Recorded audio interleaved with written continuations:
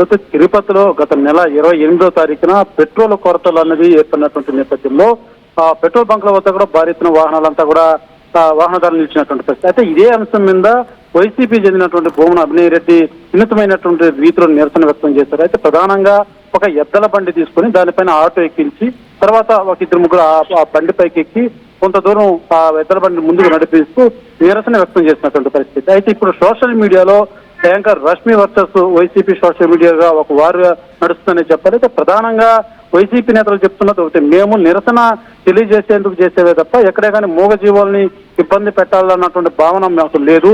దీన్ని ఏదో రకంగా ఒక సెంటిమెంట్ గా దీన్ని ఇలా ప్రొటెక్ట్ చేయడం అన్న దగ్గర కరెక్ట్ కాదంటే వారి వాదన. అయితే రష్మికి సంబంధించి కూడా ముఖ్యంగా ఏదైతే సోషల్ మీడియాలో ఆ పోస్టింగ్ మీద వస్తున్నటువంటి కామెంట్స్ కావచ్చు అన్ని కూడా కొంతమంది వ్యతిరేకిస్తున్నటువంటి పరిస్థితి. ఎందుకంటే ఆమె మూగజీవాల పట్ల ఆమెకున్నటువంటి అభిమానాన్ని ఆమె చాటుకునింది, దాన్ని తెలియజేసేటువంటి రీతిలో తెలియజేయాలి తప్ప ఏదైతే కామెంట్స్ నార్మల్ గా ఏదైతే ఒక అంశం ఏది చెప్పాలనుకున్నారో అది శుభ్రంగా చెప్పేటువంటి పరిస్థితి ఉండాలి తప్ప ఒక మహిళ పట్ల అసభ్యకరమైనటువంటి పోస్ట్ కూడా సరైనటువంటి కాదన్నటువంటి వాదన కూడా నడుస్తుంది. అయితే ప్రధానంగా రెండు వర్గాలు కూడా ఏదైతే ఇటు యాంకర్ రష్మికి సపోర్ట్ గా ఉన్నటువంటి వారు కావచ్చు, ఇటు వైసీపీ చెందినటువంటి వారు కావచ్చు, రెండు వాదనలు కూడా విభిన్నంగా హోరాహోరీగా ట్విట్టర్ ద్వారా కావచ్చు సోషల్ మీడియా మాధ్యమాలలో కూడా హోరెత్తిస్తున్నారని చెప్పాలి. అయితే ప్రధానంగా రష్మి తెలియజేస్తున్నది ఎత్తు ఏదైతే అంతమంది మనుషులెక్కి అంతా కూడా ఈ రకంగా వ్యవహరించినటువంటి తీరు ఆ మూగజీవి ఎంత ఇబ్బంది పడి ఉంటుంది, అదే ఇబ్బంది 1000 రెట్లు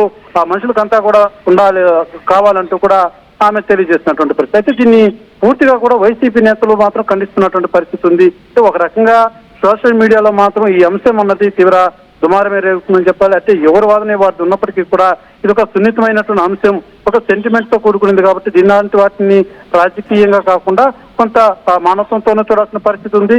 సమస్యని కూడా అదే రీతిలో ఆలోచించాల్సిన పరిస్థితి ఉందంటూ కూడా కొంతమంది తెలియజేస్తున్నటువంటి పరిస్థితి మాత్రం కనబడుతుంది మనోజ్.